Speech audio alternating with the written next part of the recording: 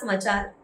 વડાપ્રધાન નરેન્દ્ર મોદીના માતા પર અભદ્ર ટિપ્પણીના મામલે શહેર ભાજપ દ્વારા કોંગ્રેસ નેતા રાહુલ ગાંધીને સખત વિરોધ કરવામાં આવ્યો।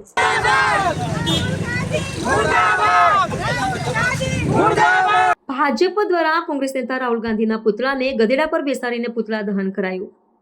રાહુલ ગાંધીના પુતળાનું દહન કરીને ભાજપ અગ્રણીઓને કાર્યકરો રેલી સ્વરૂપે મામલતદાર કચેરી ખાતે પહોંચ્યા। ભાજપ દ્વારા મામલતદારને લેખિત આવેદનપત્ર આપી કોંગ્રેસ નેતા રાહુલ ગાંધી સામે કડક કાર્યવાહીની કરી માંગ।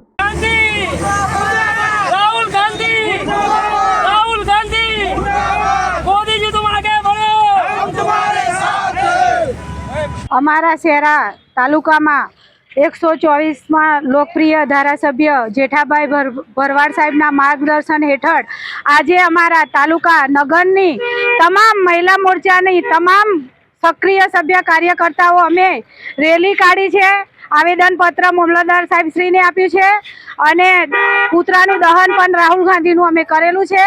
અને આ રાહુલ ગાંધી જે એમના માતા સમાન અપમાન કર્યું અને જે ગાળો બોલી છે અમારો શહેરા તાલુકો આ ભાજપ સરકાર ક્યારે સહન નહીં કરીએ નહીં જ કરીએ। ભારત માતા કી જય। મારું નામ કૈલાસબેન મહેન્દ્રભાઈ વાળન, દારાપુર તાલુકો શહેરા।